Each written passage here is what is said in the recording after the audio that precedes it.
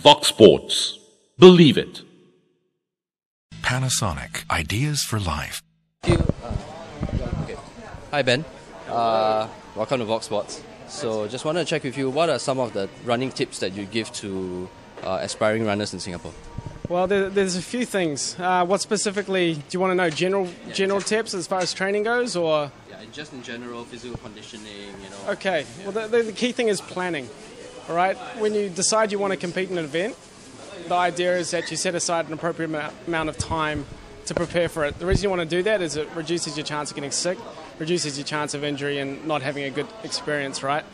These runs can be a little bit frightening, and you want to finish them in as good a condition as you can. So plan early. For a 10K, around 8 to 12 weeks is ideal. Then the key thing is to be consistent. A little bit often is far better than a lot seldom. If you can do those two things, you'll have a good day.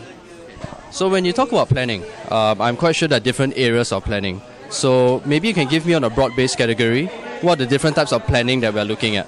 Sure. Well, the key thing that you need to understand when you're training, the two important elements of training, I should say, is first thing is structure, the way you put your training plan together. Training should go through 3 phases: an endurance phase where you work on long, slow running, a strength endurance phase where you work on long, slow, hilly running to build the strength, yeah, and then a speed phase. And when I say speed, I'm not talking about sprinting or anything like that. It's race-specific speed.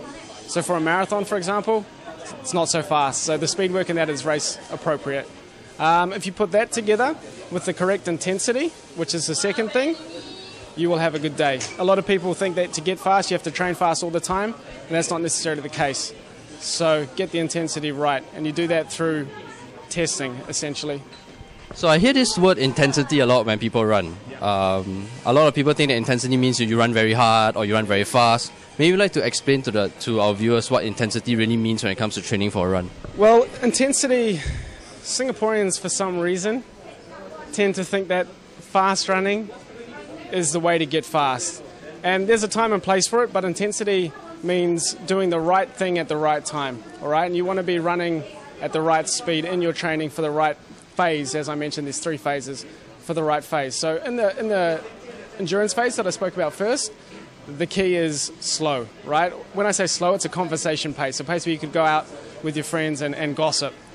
In the strength endurance phase, it's the same intensity, except the last few weeks you start to go to a pace where you can give, you talk, but you're puffing a little bit more, right? And in the speed phase, when you do your runs, that's a yes and no answer, essentially, for most people. Okay, Ben, so what would you like to tell all our viewers out there with regards to running competitively or even running leisurely? First and foremost, you've got to have fun with running, right? That's why we all get out there, enjoy the weather. I know it's hot and humid in this country, but there's still some nice beaches out at East Coast, McRitchie, Botanical Gardens. There's some nice places to run. So first and foremost, enjoy the sights and enjoy running. Second thing, make sure you have a plan. Don't leave it to the last minute to start training, because you won't have a good experience, most likely. So plan early, start 8 to 12 weeks, probably for most events before, and just do some consistent running. 2-3 times a week if you can. Okay, hi, welcome to Vox Sports. I understand that as part of Nike, that Nike has released some really innovative shoes for running. Maybe you'd like to highlight some of the special features about these shoes. All right, sure. So, like any other brands, Nike has 3 silos, which is the cushioning, the stability, as well as we have the lightweight shoes as well.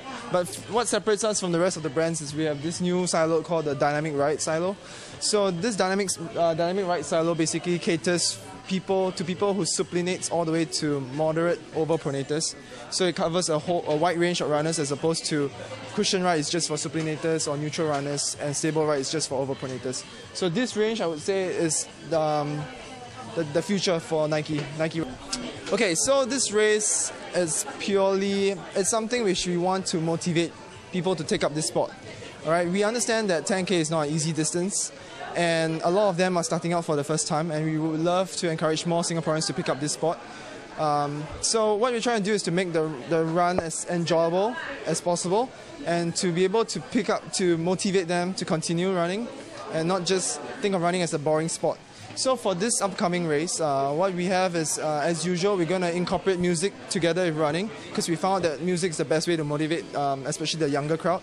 So we have entertainment zones with lots of music, lots of performances, as well as entertainment at the end point as well.